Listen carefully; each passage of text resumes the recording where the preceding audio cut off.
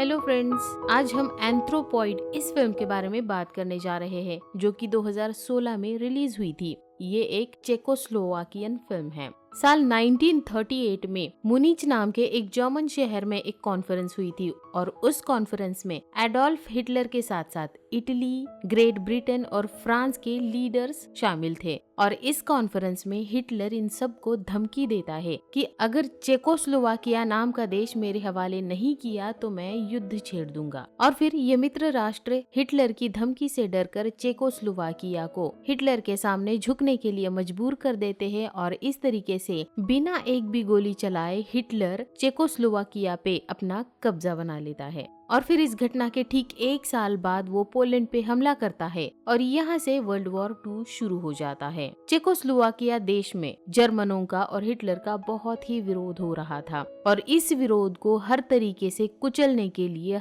Hitler ने अपने एक कमांडर को वहाँ पर भेज दिया था और उसका नाम है रेनहार्ड हाइड्रिच। लेकिन इस आदमी को लोग प्राग का कसाई कहते हैं या फिर जल्लाद कहते हैं, क्योंकि इस आदमी ने अभी तक कई हजारों को गोली मारकर खत्म कर दिया था। यहाँ तक कि इसका रिकॉर्ड था कि इसने एक ही दिन में 33,000 लोगों को खत्म करवाया था। तो ये किसी जल्लाद से कम नहीं था, इसीलिए इसे सुनहरे बालों वाला जल्लाद भी लोग कहा करते थे। तो ये तो था बैकग्राउंड। अब देखते हैं मेन फिल्म की कहानी क्या है। और फिल्म के पहले ही सीन में दो लोग पैराशूट से रात के अंधेरे में चेकोस्लोवाकिया देश में उतरते हैं और अपना पैराशूट छुपा देते हैं और फिर एक बड़ी सी चट्टान के नीचे जाकर आग जलाकर वहाँ पर वो दोनों बैठ जाते हैं। लेकिन उन दोनों में से एक के पैर को पैराशूट से नीचे उतरते समय पेड़ की टहनी लगने की वजह से बहुत ही गहरी चोट लगी थी और उस चोट को वो लोग पट्टी भी बांधते हैं और पूरी रात वहीं पर रहकर वो गुजारते हैं। उसके बाद सवेरा हो जाता है और एक लोकल आदमी वहाँ पर आता है और उनकी मदद करने के लिए उन्हें अपने साथ अपने घर चलने के लिए कहता है। लेकिन वो आदमी जर्मन्स के लिए काम करने वाला आदमी था और इन दोनों की खबर जर्मन्स को देते समय ये दोनों उसे रंगे हाथ पकड़ लेते हैं और उसे वहीं पर खत्म कर देते हैं। लेकिन उस आदमी के घर में एक लड़का था, वो भागने में कामयाब हो जाता है। दरअसल ये जोसेफ है और ये है जॉन।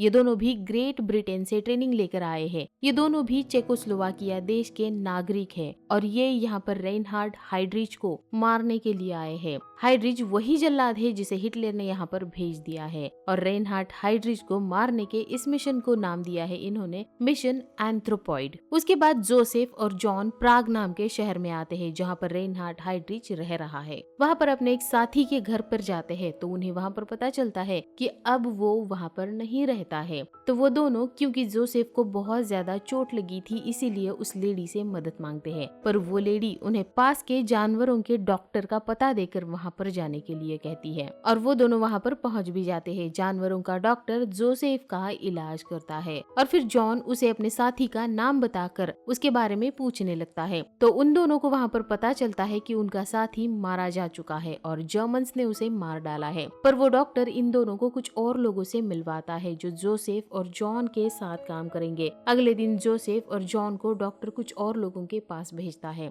जोसेफ और जॉन और वो दूसरे लोग भी एक दूसरे की जांच पड़ताल करते हैं कि क्या सच में ये हमारे ही लोग हैं या फिर जर्मन जासूस हैं। और फिर जब इन दोनों तरह के लोगों को कंफर्म हो जाता है कि हाँ ये हमारे ही लोग हैं, हमारी ही पार्टी के हैं, तब वहाँ के लोग जॉन और जोसेफ को एक घर में रहने के लिए लेकर जाते हैं। उस घर में एक लेडी रहती है, उसे ये दोनों आंटी बुलाते हैं और आंटी के घर में उसका बेटा रहता है, उसका पति रहता है और आंटी की मदद करने के लिए वहाँ पर काम करने के लिए एक लड़की आया करती है। उस लड़की का नाम है मैरी। रात के खाने के बाद जोसेफ मैरी को जर्मन्स के खिलाफ अपने साथ काम करने के लिए कहता है और मैरी मान भी जाती है। साथ ही मैरी की एक और दोस्त वो अपने साथ काम करने के लिए चाहता था, तो मैरी अपने एक दोस्त का नाम बताती है और न्यू ईयर पार्टी में उससे जोसेफ और जॉन को मिलवाती भी है। मैरी की इस दोस्त का नाम लेनका है। जॉन और जोसेफ इन दोनों लेडीज की मदद सिर्फ घर से बाहर निकलने के लिए करने वाले हैं। मतलब ये दोनों कपल बनने वाले हैं। जॉन और मैरी और जोसेफ और लेनका ये दोनों एज अ कपल बाहर निकलेंगे अलग अलग।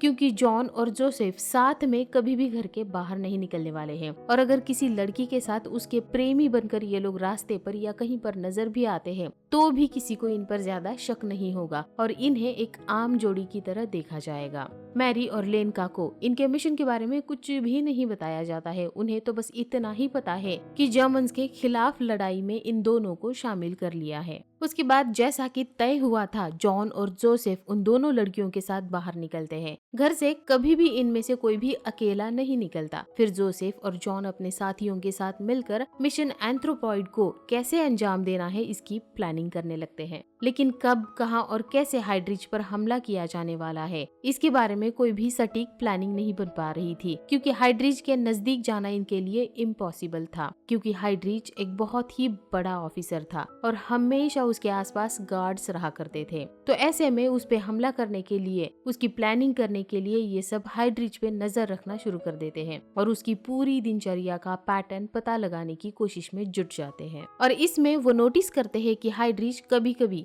बिना गार्ड्स के ही अपनी ओपन मर्सिडीज में ऑफिस से घर या फिर घर से ऑफिस आता जाता है, पर ज्यादातर दिन उसके गाड़ी के पीछे एक आर्म्ड व्हीकल रहती है जो उसकी सुरक्षा के लिए रहती है। फिर ये पता लगाने की कोशिश करते हैं कि किस दिन हाइड्रिच के गाड़ी के पीछे आर्म्ड व्हीकल रहती है और किस दिन नहीं रहती है, लेकिन इस बात का कोई भी पैटर्न नहीं था, इसीलिए वो अंदाजा नहीं लगा पा रहे थे कि किस दिन आर्म्ड व्हीकल हाइड्रिच के गाड़ी के पीछे रहेगा और किस दिन नहीं रहेगा। फिर एक दिन इन दोनों लड़कियों को इनके मिशन के बारे में पता चल जाता है कि इनका मिशन रेनहार्ड हाइड्रिच को मारना है। तब उन दोनों को भी बहुत ही हैरानी होती है और शुरू में तो वो दोनों उसे मारने के खिलाफ भी थी, पर बाद में उनका साथ देने के लिए भी तैयार हो जाती है। उन दोनों लड़कियों का कहना था कि ये बहुत ही ज्यादा खतरनाक मिशन है, अगर आप उस पे हमला करते हैं तो आप लोग बच नहीं पाओगे, सारी जर्मन फोर्सेस आपके पीछे पड़ जाएगी, आप मारे जाओगे। और रेनहार्ड हाइड्रिच एक लौता ऐसा नहीं है, उसके बाद उसके जैसा दूसरा यहाँ पर आ जाएगा और मौत का खेल जारी रखेगा। पर हाइड्रिच जैसा हैवान ज्यादा जीवन डिजर्व नहीं करता। उसने पिछले सिर्फ 2 सालों में लाखों को खत्म किया है और आगे भी वो लाखों को खत्म करने वाला है।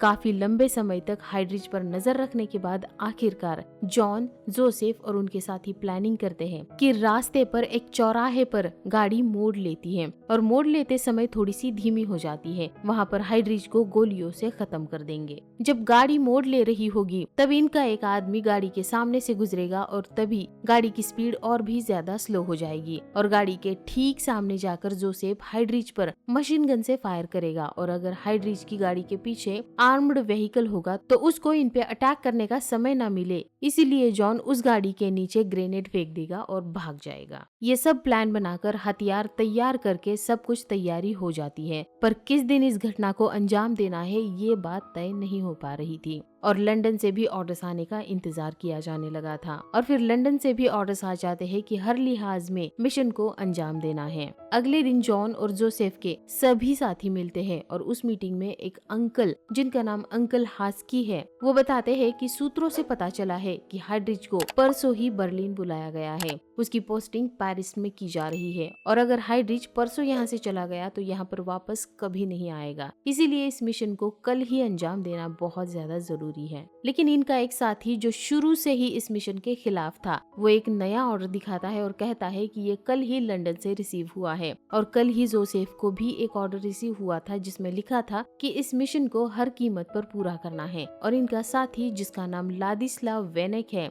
उसके मैसेज में लिखा था कि मिशन को पूरा नहीं करना है, मतलब हाइड्रिच को नहीं मारना है। तो सभी को उस पे काफी शक भी हो जाता है। जब उसके खिलाफ सभी लोग हो जाते हैं तो वो बताता है कि अगर हम हाइड्रिच को मार डालेंगे तो हिटलर चेकोस्लोवाकिया का नाम और निशान पूरी दुनिया के नक्शे से मिटा देगा, वो सारे देश को खत्म कर देगा। पर उसकी कोई भी नहीं सुनता और उस पे अब कोई भरोसा भी नहीं करना चाहता, इसीलिए तय होता है कि कल मिशन को अंजाम दिया जाएगा। अगले दिन तय समय पर ये सब घर से निकल जाते हैं और जाते समय जोसेफ लेनका को आखिरी गुड बाय करता है और तय जगह पर सभी लोग पहुंच जाते हैं। हाइड्रिच का इंतजार होने लगता है। सुबह के ठीक 9:30 बजे हाइड्रिच की गाड़ी वहां से गुजरने लगती है और जोसेफ को इशारा मिल जाता है कि हाइड्रिच की गाड़ी के पीछे कोई भी आर्म्ड व्हीकल नहीं है। जैसे ही गाड़ी मुड़ने के लिए धीमी हो जाती है, वैसे ही गाड़ी के सामने से जोसेफ का एक साथी गुजरता है और गाड़ी की रफ्तार और भी ज्यादा कम हो जाती है और तुरंत जोसेफ गाड़ी के सामने आकर गन निकालकर शूट करने लगता है, लेकिन उसकी गन अटक जाती है और वो फायर नहीं हो पाती है। लेकिन तुरंत हाइड्रिच जोसेफ पे गोली चलाने लगता है। तभी जॉन गाड़ी के नीचे ग्रेनेड फेंक देता है और बड़ा सा धमाका हो जाता है। हाइड्रिच इस धमाके में घायल हो जाता है, पर फिर भी वो अपनी गन से लगातार फायर करता रहता है। उसकी फायरिंग में यहाँ के कुछ आम लोग मारे जाते हैं, पर जोसेफ और जॉन बचकर भाग निकलने में कामयाब हो जाते हैं और वो दोनों सीधे जाकर आंटी के घर पर पहुंच जाते हैं। हाइड्रिच मारा तो नहीं जाता, पर वो घायल हो चुका है और अब हॉस्पिटल में भर्ती है। घटना के तुरंत बाद आपातकाल और कर्फ्यू की घोषणा की जाती है। साथ ही इन हमलावरों के बारे में किसी भी तरह की कोई भी जानकारी देने वाले को 10 मिलियन क्राउन का इनाम भी घोषित किया जाता है और अपराधियों की मदद करने वाला कोई भी पकड़ा गया तो उसे उसके पूरे परिवार के साथ गोली मार दी जाएगी। हमलावरों की तलाश शहर के हर घर में की जा रही है। शहर से कोई भी बाहर नहीं जा सकता और ना ही कोई शहर के अंदर आ सकता है और इस वजह से अब जॉन और जोसेफ का छुपना भी बहुत मुश्किल हो गया है। पर आंटी उन्हें चर्च में छुपने की बात करती है और अंकल हास्की उन्हें चर्च में ले जाते हैं और वहाँ पर तहखाने में छुपा देते हैं और उन्हें वहाँ खाना आंटी का बेटा लाकर दिया करता है।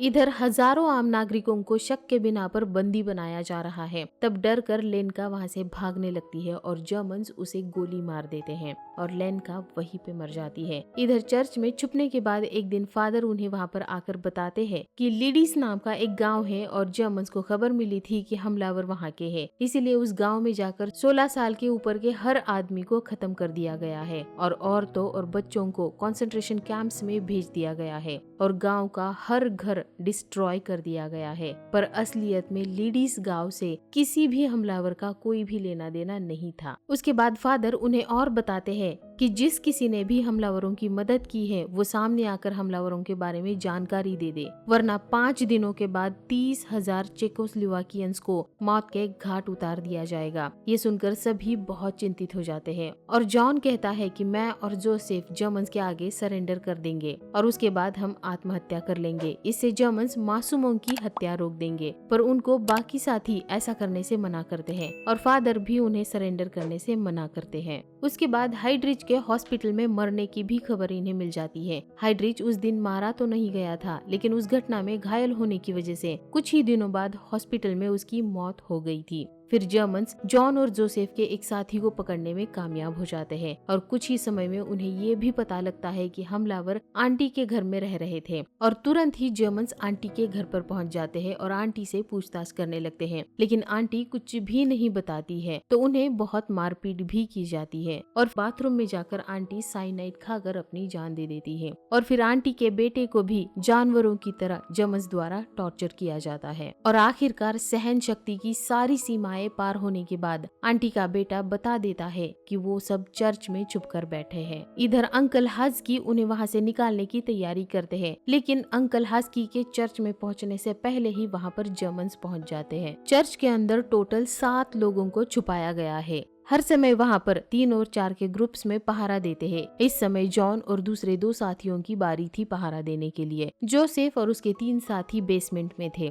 जॉन और उसके साथी तैयार है जर्मन से मुकाबला करने के लिए और जल्दी ही जर्मन्स चर्च के अंदर आ जाते हैं और फायरिंग शुरू हो जाती है। जॉन और उसके साथी मिलकर सिर्फ 3 लोग हैं और जर्मन्स कई सारे हैं। उनके पास हथियार भी बहुत सारे हैं। मशीन गन, ग्रेनेड्स जैसे हथियारों से इन तीनों पर हमला किया जा रहा है, लेकिन फिर भी जर्मन्स ही मारे जा रहे हैं। कुछ घंटों तक इसी तरीके से फायरिंग चलने के बाद जॉन और उसके साथियों की गोलियां खत्म हो जाती हैं और एक एक करके तीनों भी आखिरी गोली जो खुद के लिए उन्होंने बचाकर रखी थी उसे खुद को शूट कर लेते हैं और अपनी जान दे देते हैं। फिर जर्मन्स को चर्च के नक्शे से पता चलता है कि यहाँ पर एक तहखाना भी है, तो ब्लास्ट करके उस तहखाने को भी खोल दिया जाता है और अंदर चारों फायरिंग करना स्टार्ट कर देते हैं। यहाँ भी उन चारों तक पहुँचना जर्मन्स के लिए बहुत मुश्किल हो रहा है। बाहर से बेसमेंट में पानी छोड़ दिया जाता है। धीरे धीरे बेसमेंट में पानी भरने लगता है, पर फिर भी जोसेफ और उसके साथ ही फायरिंग जारी रखते हैं और जमीन खोदने की भी कोशिश करने लगते हैं, पर आखिरकार इनकी भी गोलियां खत्म हो जाती है और चारों भी अपने लिए रखी हुई आखिरी गोली से खुद को शूट कर लेते हैं और अपनी जान दे देते हैं। इन सातों ने मिलकर सैकड़ों जर्मन्स को 6 घंटों तक अपने पास पहुंचने से रोक रखा था। उनकी गोलियां खत्म होने से वो हार गए थे। जॉन और जोसेफ को ढूंढने के लिए जर्मन्स ने 5000 चेकोस्लोवाकियंस को खत्म कर दिया था। हाइड्रिच सबसे बड़ा नाजी अधिकारी था जिसकी हत्या की गई थी। उसके ऊपर के रैंक पर हिमलर और हिटलर ही सीधे तौर पर थे जिनकी हत्या नहीं की जा सकी थी। और फाइनल सोल्यूशन का सबसे मेन आर्किटेक्ट भी हाइड्रिच ही था। ये फाइनल सोल्यूशन क्या है इसके बारे में भी फिल्म में बहुत ही जल्दी एक्सप्लेन करने वाली हूँ। तो ये थी इस फिल्म की पूरी कहानी। आपको कैसी लगी मुझे कमेंट करके जरूर बताइए। वीडियो को लाइक करिए, चैनल को सब्सक्राइब करिए and finally thanks for watching. Bye bye.